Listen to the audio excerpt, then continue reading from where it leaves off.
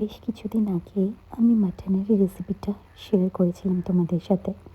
ডিনারে বানিয়েছিলাম গরম গরম ভাত, পাতলা করে মাটনের ঝোল।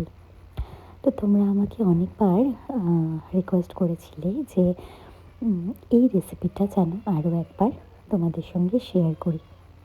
তো চলো, সেই মাটনের পাতলা ঝোলের রেসিপিটা তোমাদের সঙ্গে শেয়ার করছি। এখানে আমি ওই 1 কেজি মতো মাটন নিয়েছি, দিয়েছি 3টে মিডিয়াম সাইজের পেঁয়াজ। যেহেতু পাতলা ঝোল করব তাই পেঁয়াজটা আমি কম দিয়েছি। এবার দিয়েছি আদা রসুন বাটা, স্বাদ মতো নুন, হলুদ, লঙ্কার গুঁড়ো, আর দিয়ে দিয়েছি টমেটো আর সামান্য একটুখানি ছোটো এলাচের গুঁড়ো। এবার পুরো মশলাটাকে পুরো মাংসটাকে আমি এইভাবে হাত দিয়ে ভালো করে মেখে 1 ঘন্টার জন্য ম্যারিনেট হতে দিয়েছিলাম। এবার অন্যদিকে আমি যে পাত্রটায় রান্না করবো, দেখো আমি একটা ডিপ প্যান নিয়ে নিয়েছি, তার মধ্যে কিন্তু খুব অল্প পরিমাণ তেল দিয়েছি। টুকরো করে কেটে রাখা আলুগুলো সামান্য একটু নুন দিয়ে আর সামান্য একটুখানি হলুদ দিয়ে বেশ ভালো করে ভেজে তুলে নিয়েছি। মাটনে আলু না হলে কিন্তু ঠিক জমে না, বলো।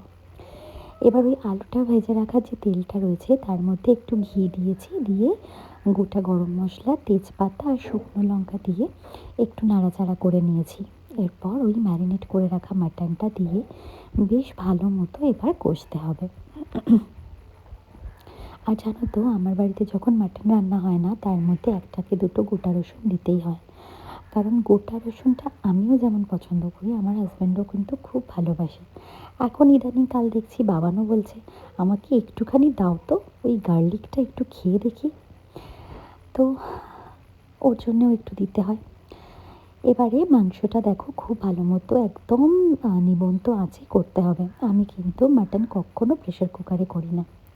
মাংসটা মোটামুটি সেদ্ধ হয়ে এসছে, মোটামুটি একটা লেভেলে, তখন আমি আলুগুলো দিয়েছি। আর আলুগুলো চন্দ্রমুখী হওয়ার দরুন খুব একটা বেশি সময় লাগবে না সেদ্ধ হতে। আলুগুলো মোটামুটি একটু সেদ্ধ হয়ে যেতে আমি এর মধ্যে দিয়ে দিয়েছি একটু গরম জল। এদিকে বাবান এসে বলে গেল, আমি কিন্তু একদম কষা মাংস খাবো, ঝোল আমি মোটেই খাবো না।